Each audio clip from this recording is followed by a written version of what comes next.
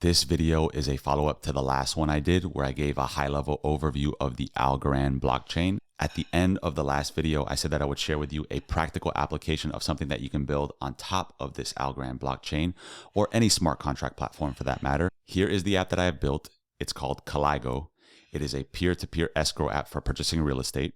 I came up with the idea while going through the escrow process on a property that I was interested in purchasing with my dad. I did not close on the property, but as I was going through the escrow process, I was thinking to myself, wow, this would be so much cheaper, faster, less hassle, more straightforward for everybody involved if this were done on a blockchain. First, what I'm going to show you is a detailed rundown of what my escrow experience was like. Then second, I'm going to give a detailed rundown of what I propose this could be done like if it were to be done on a blockchain. And then third, finally, I'm going to give you a demo of Caligo so that you can see in real time what this would look like. Lastly, before I jump in, let me say that if I get anything wrong, if any of my information is incorrect, please correct me. So I wanted a property and I looked for one and eventually I found one I liked. I then reached out to the realtor that I was working with, who is a great guy, and I informed him that I would like to buy this property. He was like, okay, the next step is escrow then. Tad, you must now find an escrow company to work with, but if you don't know which one to choose, I suggest you go with title company. So I trusted his judgment and I called the title company. A day later, I got a call back from the owner of the title company, who is a great guy, and he informed me his assistant would be reaching out to me via email with the details of the bank account that I would be needing to deposit all of the escrow payments into. A day passed, I got that email, and I sent the first escrow payment of $3,000 to that bank account. After you send the first escrow payment, you can now schedule visits to go see the property, inspect it, assess it, see if the purchase price is correct. I was hoping for a 5 to 10% down payment, but lo and behold, it ended up being about 30% down. And I was like, hell no, that's like 6 times more than I was willing to pay. So I sent an email to the realtor, the title company, and to the mortgage lender saying that I would like to back out of this deal. It was Friday, so understandably, nobody responded to me. But then Monday came around and I still saw no email responses in my inbox. So I sent a follow-up email to the title company. And one day later, I got a call from the assistant of the owner of the title company. And she asked me what bank account she would like me to have the escrow payment sent back to. I was like, could you just send it back to the account that I sent it from? So she sent it, I got my money back, and all was good. But it was at that point that I was like, is there a better way to do this? Here is a schematic showing how the real estate purchase process could go if it were to be done on a blockchain. Long story short is all of the predictable parts of a purchase process would be coded into a smart contract, and this smart contract would have about 8 or so roles associated with it, each representing the different parties who are involved in a typical transaction. If sub-parties would be needed for a particular role, they would be able to participate via multi-sig wallets. And let me say that, of course, there's not going to be a one-size-fits-all purchase agreement that's going to service every client or deal. But over time, this platform would accrue more and more templates that would service more and more clients or deals. Also note that if any party who is involved in a particular transaction is unhappy with what the smart contract is doing, they would be able to raise an arbitration flag, at which point any further developments would fall off-chain to whoever the local arbiter is. The benefit of doing things this way is that it prevents the need for trust and coordination amongst the parties. For example, let's say that everything went smoothly. The smart contract could then distribute all of the splits to everybody who's interested. The commissions to the realtors, the closing costs to the title company, and whichever taxes were required by the local jurisdiction. On the other hand, let's say that something went off the rails. If everything were done via a smart contract, all of the events related to the transaction would be co-located in one place in a tamper-proof and chronological order, which would allow the arbiter to come to a more quick, just, and accurate resolution for how to proceed. Let's take a look at what happened in my escrow experience. During the inspection of the property I was interested in buying, I found out that the property was going to be about 6 times more expensive than I was expecting. Oh, hell no! So I then sent messages to my realtor, to the title company, and to the mortgage lender saying that I would like to pull out of this deal. What then happened was my realtor sent messages to the seller's realtor, who then notified the seller.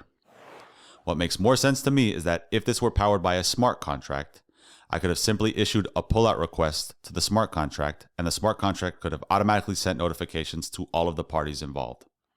The next step for me was to get the money in escrow sent back to me. The normal process for how this goes is that once the buyer issues a request to pull out, this request has to be formally acknowledged and signed off on by the seller's realtor and or the seller. If the seller's realtor and or the seller sign off on the buyer's request to pull out, then the money sitting in escrow can be sent by the title company back to the buyer's account of choice. If the seller's realtor and or the seller do not approve of the buyer's request to pull out, then what would likely happen is that either the buyer or the buyer's realtor would send messages to the title company and or local government and or arbiter in order to move the transaction into a state of arbitration, at which point an additional party would enter into the fray, that being legal. Lawyers would then work with arbitration to collect evidence and decide what needs to happen to the money that is sitting in escrow. Once the arbiter comes to a final decision, legal fees would be deducted from the amount sitting in escrow, and whatever remains would be sent to the rightful party. What makes more sense to me is that if this were powered by a smart contract, when I initially sent my request to pull out of this agreement, and everybody was automatically notified, the smart contract could have also automatically sent notifications to the seller's realtor and or the seller, asking them to approve of my request to pull out. If the seller's realtor and or the seller approved of my request to pull out, then their signatures could have been automatically sent to the smart contract, and the smart contract could have automatically sent me back my escrow.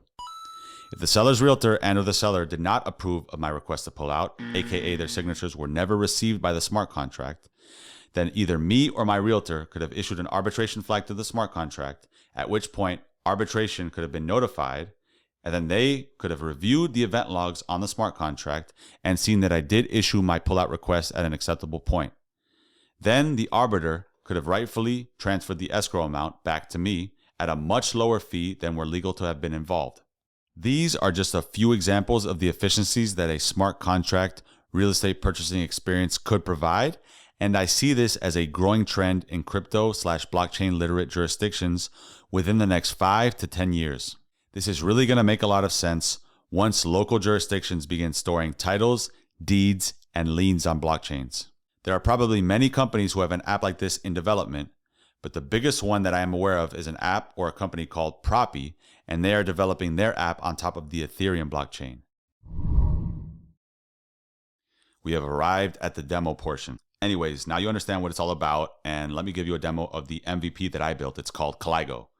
On the home page, you'll see a bunch of marketing slogans, right? Very standard. At the top of the home page, you'll see a hero section with a call to action button that says Explore App. You can click that button to be taken into the application. But before you use a blockchain or blockchain app or blockchain dApp as it's so called, you'll need to do two things. First, you'll need to download and link a compatible wallet with the app that you're using. And second, you'll need to obtain tokens for the blockchain that the app that you're using is built on top of. The tokens are a mechanism for rewarding early entrants into the network, as well as preventing random actors from spamming the blockchain. The tokens also have properties that make them useful as digital currency. At the time of recording, there is only one wallet that this app is compatible with, and it's called AlgoSigner. It's free, works on desktop and the Chrome browser. If this app grows, more wallets will be supported, but for now, this is how things work. You can visit this URL to download the AlgoSigner wallet. I will paste this URL into the video description below. When you visit this page, you can click one button and AlgoSigner will be installed into your Chrome browser. After you have the wallet, you can then get some tokens. Let me say that everything I'll be doing will be on the Algorand testnet. Algorand has two versions of its blockchain, the mainnet and the testnet. On the Algorand mainnet, there is a limited supply of 10 billion Algorand tokens, while on the testnet, there are apps like this one that you can use to be sent free Algorand testnet tokens. This is how it works. Once you have your AlgoSigner wallet installed, you can reload your browser, and then you should see something like this when you open up your Chrome extension. You can click this button to add an account in your AlgoSigner wallet, and after you create the account in your wallet, you can copy the public address of the account you just created, paste it into this form, train the AI, and then you should be sent some tokens. Now that we've taken care of all of the prerequisites, let's explore the app. The app has a UI with a side drawer that has 3 options, as well as this little top right menu. The top right menu has 2 options. Clicking this one will link your AlgoSigner wallet to the app. Now let's take a look at the side drawer. The side drawer has 3 options: the overview page, the escrow page, and the settings page. When you arrive in the app, you'll come to the overview page, which simply shows us that we're connected to the network. Here you see the last block number for the network we're connected to, and here is the time that the last block was mined. You should see this number increment every 4 seconds or so.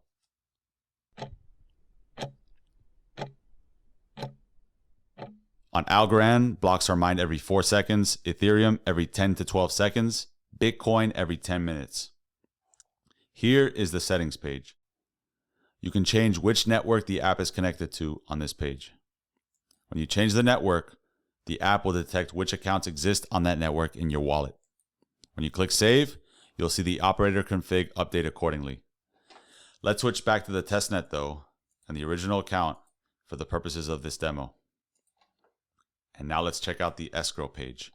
On this page, you'll see the full history of all transactions associated with the account you chose.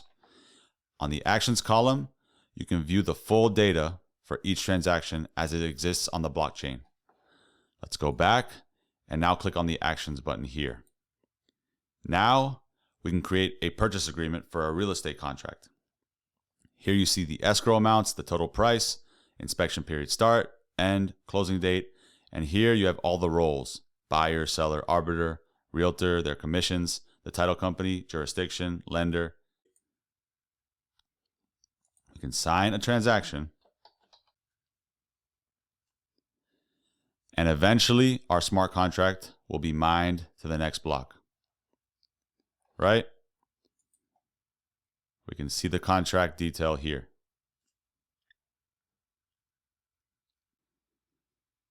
The overview of the state of this smart contract is shown in different widgets. And here we have all of the actions that the relevant parties can perform on this smart contract.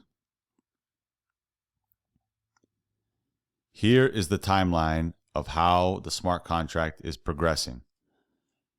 We can see that we are now before the inspection period begins, so we can send the first escrow amount.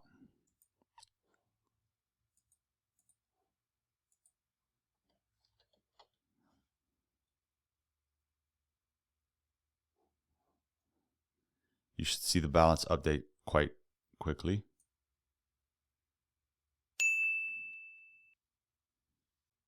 Let's wait until the purple dot moves after the end of the inspection period and try to pull out.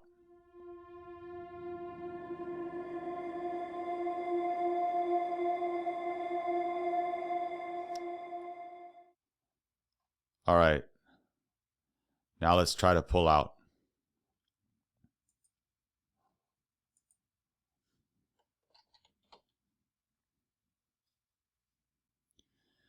You can see that because we are now after the inspection period, we will not be allowed to pull out.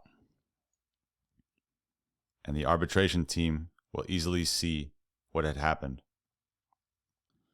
If the smart contract were to reach the closing date with sufficient state for the buyer and seller to be satisfied, then the buyer and seller could sign off at close, and all of the splits would be automatically distributed to all of the parties.